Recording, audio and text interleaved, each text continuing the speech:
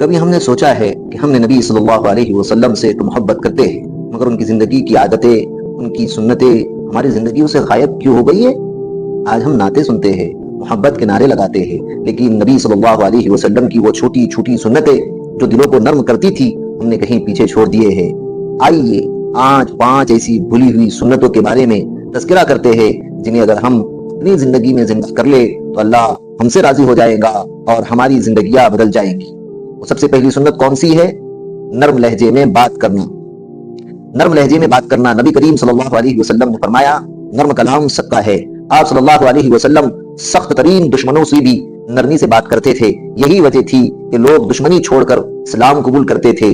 آج کے دور میں ہم زبان سے زہر نکالتے، چھوٹے اختلاف پر چیخنا، برا بھلا کہنا، گالیاں دینا ہماری زندگیوں میں عام ہو گیا ہے، لیکن نبی کریم صلی اللہ علیہ وسلم کے لہجے میں ہر وقت محبت، عاجزی، سکون ہوتا تھا۔ اگر ہم روزمرہ کی زندگی میں نرم لہجہ اپنا لیں تو شاید بہت سی لڑائیاں ختم ہو جائیں گی اور بہت سے اختلافات ختم ہو جائیں گے اور لوگ اسلام کی طرف راغب ہوں گے۔ دوسری سنت، دوسروں کی بات مکمل سننا، یہ بھی ایک بہترین سنت ہے، ایک چھوٹی سی مگر نایاب سنت ہے۔ نبی کریم صلی اللہ علیہ وسلم کسی کی بات نہیں کاٹتے تھے۔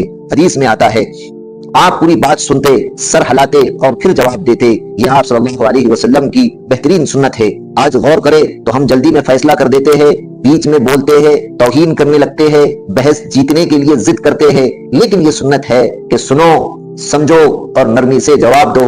یہی اخلاق نبوی ہے۔ اگر آپ آج سے کسی کی بات کو سنتے ہیں پھر اس کا جواب دیتے ہیں تو آپ دلوں کو فتح کرنے والے ہوں گے۔ اگلی سنت، بیمار کی عیادت کرنا، وزٹنگ دا سک۔ یہ اتنی اہم سنت ہے کہ رسول اللہ صلی اللہ علیہ وسلم نے فرمایا جو شخص کسی بیمار کی عیادت کرتا ہے تو 70,000 فرشتے اس کے لیے دعائیں کرتے ہیں۔ آج کے زمانے میں لوگ بیمار کی خیریت واٹس ایپ کال پر پوچھ لیتے ہیں، حالانکہ نبی کریم صلی اللہ علیہ وسلم خود چل کر جاتے تھے، اس کے دل کو جوڑتے، حوصلہ دیتے تاکہ اس کی وجہ سے انسانی قربت حاصل ہو۔ یہ سنت ہمیں رحمت اور قربت سکھاتی ہے۔ عیادت میں صرف تسلی نہیں بلکہ اللہ کی رحمت چھپی ہوئی ہے۔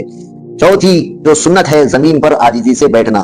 یہ اتنی اہم سنت ہے جس کو ہم نے اپنی زندگی میں بھلا بیٹھے کہ حضور صلی اللہ علیہ وسلم نے اپنی زندگی میں ہر کام عاجزی سے اپنایا ہے۔ ایک دن صحابہ نے آپ صلی اللہ علیہ وسلم کو دیکھا کہ آپ لوگوں کے ساتھ زمین پر بیٹھ کر کھانا کھا رہے ہیں۔ انہوں نے عرض کیا یا رسول اللہ، آپ بادشاہوں کی طرح تخت پر بیٹھ کر کیوں نہیں کھاتے؟ آپ صلی اللہ علیہ وسلم مسکرائے اور فرمایا میں بندہ ہوں، بندوں کی طرح بیٹھتا ہوں اور بندوں کی ہی طرح کھاتا ہوں۔ آج ہم ذرا سی شان و شوکت کی وجہ سے، اعلیٰ درجے کی وجہ سے، عہدے کی وجہ سے پیچھے بھاگتے ہیں اور زمین پر بیٹھنے کو کمتر سمجھتے ہیں، مگر سنت عاجزی میں ہے جو انسان کو اللہ کے قریب کرتی ہے۔ اسی لیے ہم کو چاہیے کہ ہم اس سنت پر عمل کر کے ہم اپنی زندگی میں اللہ کے رسول صلی اللہ علیہ وسلم کی جیسی عاجزی اختیار کریں۔ اگلی سنت، سونے سے پہلے معاف کر دینا۔ یہ سنت شاید سب سے زیادہ بھلائی گئی سنتوں میں سے ایک ایسی سنت ہے جو ہماری زندگی سے اوجھل ہے۔ نبی صلی اللہ علیہ وسلم سونے سے پہلے ہر رات دل سے سب کو معاف کر دیتے تھے۔ آپ صلی اللہ علیہ وسلم نے فرمایا جو دوسروں کو معاف کرتا ہے اللہ اس کے گناہوں کو معاف کرتا ہے۔ ہمارے دلوں میں کینہ، بغض، حسد، جلن اور کئی طرح کی برائیاں ہمارے دلوں میں دوسرے کے لیے محسوس ہوتی ہے کہ ہم نے اس کو دوسرے کے لیے نکالا ہے۔ عزیز دوستو، آج سے ہمارے دلوں میں یہ عہد ہونا چاہیے کہ ہمارے دل صاف ہے اور پاک ہے، اسی لیے معاف کرنا دراصل روح کی صفائی ہے۔